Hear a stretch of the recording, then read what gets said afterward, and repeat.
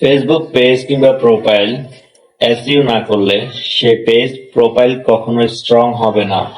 আপনি ফলোয়ার পাবেন, রিচ পাবেন, কিন্তু গতানুগতিক সেই ফলোয়ার রিচ পাবেন না।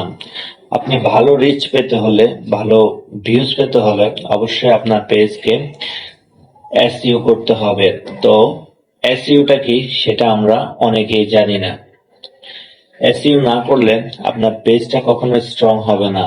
এসইও না করলে আপনার পেজের একটা গাছে যদি শিকড় না থাকে সেই গাছ উপড়ে যায়। সেম আপনার পেজও যদি এসইও করা না থাকে তাহলে সেই পেজটি উপড়ে যেতে পারে। কোনো স্ট্রং না, একটু দুর্বল পেজ। তো চলুন এসইও সম্পর্কে আজকে আমরা জেনে নিব। তার আগে যদি ভিডিওটি ভালো লাগে অবশ্যই লাইক, কমেন্ট, শেয়ার করে পাশে থাকবেন। না ভালো লাগলে ইগনোর করে চলে যাবেন। তো চলুন, এসইও এটা হলো একটি সংক্ষিপ্ত। এর ফুল মিনিং হলো সার্চ ইঞ্জিন অপটিমাইজেশন। আমরা অনেকেই বলি পেজকে অপটিমাইজেশন করতে হবে, কিন্তু আমরা এটা হলো ফুল এসইও, সার্চ ইঞ্জিন অপটিমাইজেশন। যেন সার্চ করে সহজে আপনার অডিয়েন্সটা আপনার পেজটাকে খুঁজে পায়। বিশেষ করে যারা বিজনেস পেজ খোলেন তাদের জন্য এটা খুবই গুরুত্বপূর্ণ।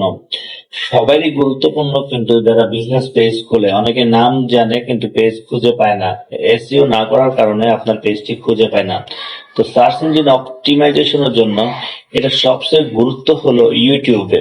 ইউটিউবে যেমন আমাদের পেজেরও ইউটিউবে যদি আপনি না করেন এসইও তাহলে আপনার ওই ইউটিউবে কোনো ভিউজ কিছুই আসবে না। কিন্তু ফেসবুকে ভিউজ, রিচ, এঙ্গেজমেন্ট সবই আছে, কিন্তু পেজ প্রোফাইলটি স্ট্রং থাকে না। তো স্ট্রং করতে হলে আপনাকে এসইও করতে হবে। এসইও প্রথম দুটি কাজ হলো আপনি আপনার পেজের যে কভার ফটোটা আছে সুন্দর একটি কভার ফটো দিবেন। তারপরে একটি সুন্দর একটি প্রোফাইল পিকচার দিবেন।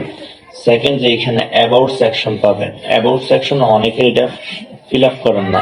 আপনারা প্রত্যেকটা অপশন ফিল আপ করে নেবেন। প্রত্যেকটা অপশন ফিল আপ না করলে তাহলে আপনার পেজ খুব থেকে থাকে, মানে এই পেজটা মানে অতটা গ্রহণযোগ্য না। এই জন্য আপনি আপনার অ্যাবাউট সেকশনটা প্রত্যেকটা জিনিস, অ্যাবাউটে কি, তারপরে বায়োতে কি দিতে হবে, তারপরে ফোন নাম্বার, হোয়াটসঅ্যাপ, আপনার যতগুলো সোশ্যাল সাইট আছে সবগুলো লিঙ্ক ওখানে দিয়ে দিবেন। এখানে অনেকগুলো অপশন পাবেন আপনি অ্যাবাউট সেকশনে গিয়ে। আপনি যদি